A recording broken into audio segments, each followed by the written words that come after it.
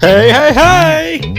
It's Dan Albert, and I'm gonna sing a song for you.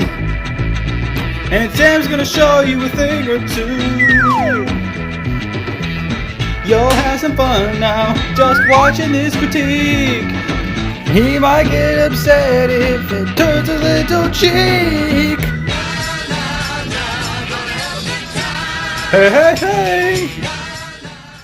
This is Sammy and I coming at you with music and fun. And if you're not careful, you may learn something before it's done.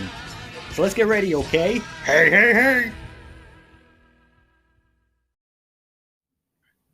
If you grew up in the 70s, you had to have watched at least one episode of Fat Albert, a TV show about an obese yet athletic icon that in each episode acted as the conscience of the Junkyard Gang, tackling issues that a normal kid would encounter regularly, but in times wasn't afraid to deal with something more serious. The show is created by Bill Cosby, a famous comedian who based the show off his childhood, even providing the voice of the title character, and many others, while also making a live-action appearance sometimes as himself. It was very successful, and like any cartoon that was popular, it had to be adapted into a live-action film for which Cosby co-wrote the screenplay. Let's see if this one is good. Right as you start watching, you're treated to an animated reboot of the show's intro, even down to the theme song, which is a nice cover. It's Fat Albert, and I'm gonna sing a song for you. The animation in the film is not groundbreaking, but it looks really good. Obviously, it had to look better than it did in the show in order to show us that it was released to theaters. Heart of the show seems to be there too. Right now you're probably thinking, maybe this film won't be so bad after all. I'll admit, those were my thoughts when seeing this intro, but first impressions have been betrayed before.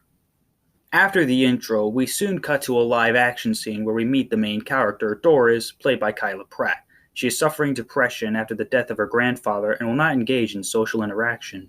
Then when watching Fat Albert on the TV, her tear drops in the remote, creating a portal between the cartoon world and the real world. The characters make their way through the portal, with Fat Albert played by Kenan Thompson, and they attempt to solve Doris's problem. Except, she's not willing to accept help. Hey. How'd I get this way? I have no idea. You just need to get back into that television set right now.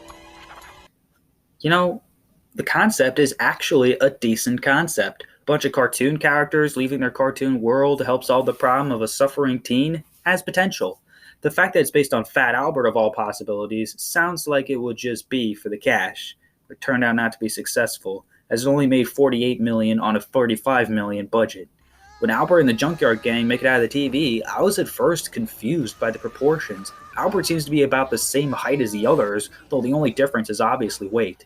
Then I figured that if Albert was that much bigger than the others, like in the show, it would just look stupid in live action. Besides, I like how the costumes look faithful to the original source material, and Kenan Thompson does a pretty good job in portraying Albert, right down to the voice. Hey, who wants to play? So far, I seem to be speaking positively about this film, but that's mainly because I wasn't able to find as many issues as I did benefits. That doesn't mean that the positives outweigh the negatives, though. Most of the issues with this film come from the story itself. I did say that the film had a good concept, but the way it follows through with that concept is where it falters. To begin with, the lead character Doris is pretty bland. I guess you can make the argument that it may be because of the trouble she is dealing with, but surely there's still a way to make a three-dimensional character out of her. But all she really thinks about is being a loner, and whenever she attends a social activity, it's usually out of reluctance, and she usually ends up embarrassing herself. The humor is another thing about the film that could have worked, but the story's too boring to let us give even a small chuckle. It has good idea for jokes, such as with Dumb Donald, who's always wearing that pink hat that hides most of his face. Well, in the real world, he takes it off so we can see that face. But then when he's back on TV, we see that without the hat, he's just a floating pair of eyeballs because the artist didn't draw him a face due to the big hat he wears. That's actually a clever idea, and it shows that there was some passion within the writing. But again, it gets overshadowed by the story, which keeps us much less engaged. The jokes are right there. We want to laugh at it, but it's hard to since we have to deal with the depression of this live-action high school teen, and it's not fun to watch because it lacks substance. I guess what I'm trying to say here is that this is a pretty competently made film with some passion behind it. It shows a group of 1970s cartoon characters interacting with a modern world and being fascinated by the modern technologies, while at the same time trying to solve the problems of a high school teenager, accompanied by good animation and decent writing talent. Unfortunately, the story itself is too bland to even call this film okay. It's a rare instance where a film doesn't have that many issues but still can't really be enjoyed. You can see where they're going, but it's hard to care about. If you want to have a good time, I guess this is a harmless film that kids can watch okay. But other than that, nothing to see here, folks.